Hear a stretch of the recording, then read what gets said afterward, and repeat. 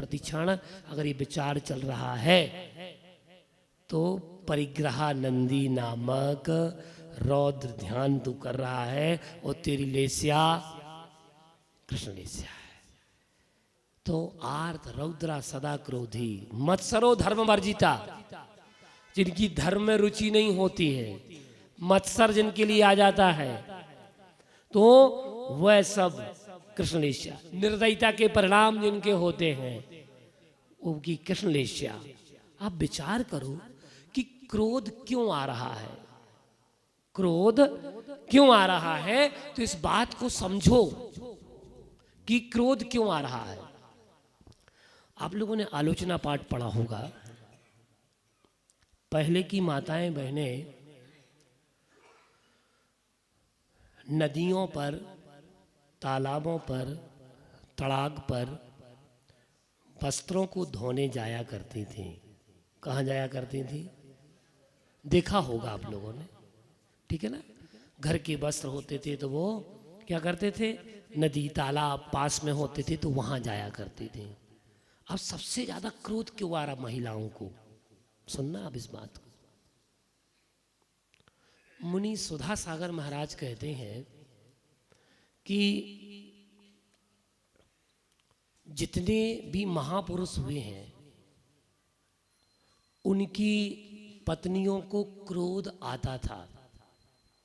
क्या? या तो पहले उनकी पत्नियां नहीं हुई और पत्नी हुई तो उनकी पत्नियां क्रोधी हुई। अगर आपकी पत्नी को क्रोध आता है तो आप कौन?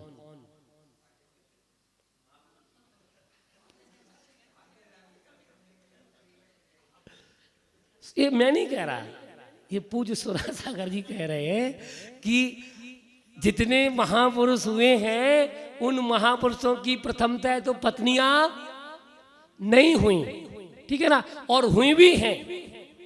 कली काल के महापुरुषों की बात की उनने, किसकी बात की? ये तो तीर्थंकरों ने तो सबने विवाह किया, तीर्थंकरों ने सबने विवाह किया। अधिकांश केवल 4-5 तीर्थंकर जो रहे उनने विवाह नहीं किया, पंचवालियती, ठीक है ना। लेकिन बाकी तीर्थंकरों ने विवाह किया, गृहस्थी बसाई। लेकिन उन्होंने कहा कली काल में जितने महापुरुष हुए हैं, ये शब्द जोड़ लेना उसमें, क्या जोड़ लेना? कली काल में जितने महापुरुष हुए हैं या तो उनकी पत्नियां नहीं हुई हैं तो महापुरुष कहलाए, और पत्नियां हुई हैं तो उनकी पत्नियों को क्या आता था?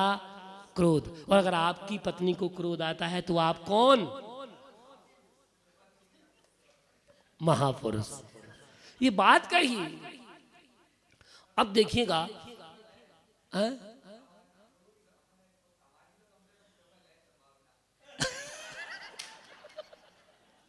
अब देखिएगा, देखो यार, अब आगे की बात सुनो, बड़ी रोचक है। उस बात को सुनो। गंभीर विषय तो मैंने तुम्हें सुना दिया, अब थोड़ा सा रोचक विषय आपकी जिसकी जिसमें मती उसको उसमें नहीं लगती थी। आशीष जी सुनिएगा। तो उनको क्रोध आता था। अब हमारे वर्तमान में माताओं को बहुत क्रोध आता है और सारा गुस्सा वो छोटे छोटे से नन्हे मुन्ने से बच्चों पर चटाचट क्या होता है, फ्रस्ट्रेशन फूट पड़ता है। फ्रस्ट्रेशन कहीं और का है और निकल किस पे रहा है? बच्चे पर। मैंने आलोचना पाठ पढ़ा था और आप लोग भी पढ़ते हैं, ठीक है ना। नदियन बिच चीर धुआए को सन के, बस बस इतना ही पढ़ना, इतनी कहानी सुनना है, उसी पंक्ति पे समझना है। वैसा है कि नदियन बिच चीर धुआए को सन के जीव मराए। पहले माताएं बहनें नदी पर जाती थीं, नदी पर कपड़ों को धोती थीं। एक लकड़ी का यंत्र होता था,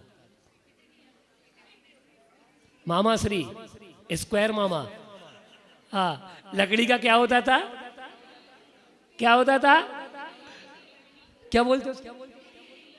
अब पीटनी हो चाहे पिटनी हो, मेरे को नहीं पता, मोगरी हो या मोगरी हो, पिटनी हो या पीटनी हो, वो तू जान, तेरा काम जाने, हम तो प्रभु जी का नाम जाने। अब देखिएगा, बहुत गुस्सा हुई, लड़ाई झगड़ा हो गया।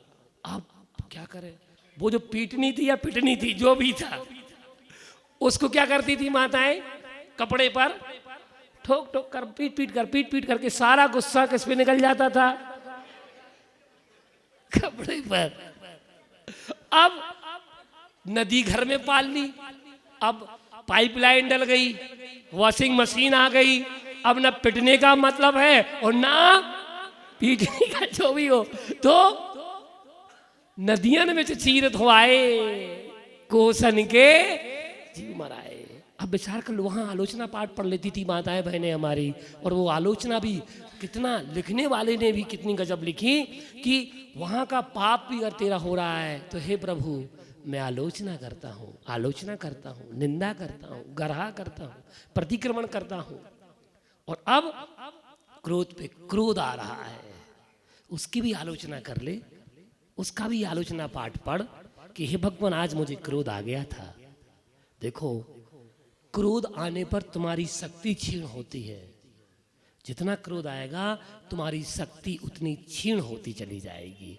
तो इस प्रकार से एक क्रोध के परिणाम, आर्त और रौद्र के परिणाम, और उसके साथ साथ मत्सर के परिणाम, अदया के परिणाम, बैर के परिणाम कृष्ण लेस्या को जन्म देने वाले हैं। अगर तुम्हारे अंदर ये भाव है तो तुम्हारी लेस्या कृष्ण लेस्या है, और कृष्ण लेस्या वाले जीव का कभी कल्याण नहीं होता।